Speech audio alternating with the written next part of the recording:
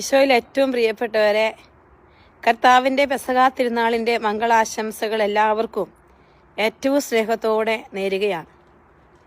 കർത്താവിൻ്റെ സ്വന്തമായ ദൈവജനം സഭയോട് ചേർന്ന്, സഭയുടെ അൾത്താരയോട് ചേർന്ന് അവൻ്റെ പെസഹാ തിരുനാൾ ആഘോഷിക്കുമ്പോൾ വിശുദ്ധ യോഹന്നാന്റെ സുവിശേഷം 6-ാം അധ്യായത്തിൽ 34-ാമത്തെ വചനത്തിൽ ഇപ്രകാരം വായിക്കുന്നുണ്ട്: അവർ അവനോട് അപേക്ഷിച്ചു, കർത്താവേ, ഈ അപ്പം ഞങ്ങൾക്ക് എപ്പോഴും നൽകണമേ. പ്രിയപ്പെട്ട മക്കളെ, അപ്പോൾ കർത്താവ് തിരുവചനത്തിലൂടെ പറഞ്ഞു വെക്കുകയാണ്, ഞാനാണ് സ്വർഗത്തിൽ നിറങ്ങിയ ജീവനുള്ള അപ്പം.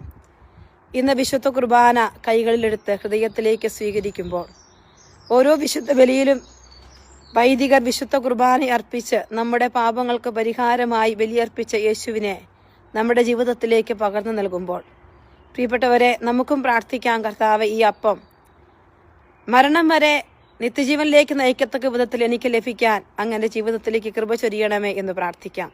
ഈശോയാകുന്ന കുർബാന അപ്പം സ്വീകരിച്ച് ഈശോയോടൊപ്പം കുർബാനയായി തീരാനുള്ള വലിയ കൃപ നമുക്ക് കർത്താവ് നൽകട്ടെ. നമ്മുടെ ജീവിതത്തിലൂടെ അനേകർക്ക് ജീവൻ കൊടുക്കുന്ന കൃപയുടെ നിഴലായി നമ്മൾ മാറട്ടെ. ഇന്ന് രാത്രി UK സമയം 11 മണി മുതൽ കർത്താവിൻ്റെ സന്നിധിയിൽ ഇരിക്കുവാൻ ഒരു ഹോളി അവറിന് വേണ്ടി എല്ലാവരെയും ക്ഷണിക്കുകയാണ്. സൂം ലിങ്ക് ഞാൻ ഈ വീഡിയോയുടെ അടിയിലിട്ടേക്കാം.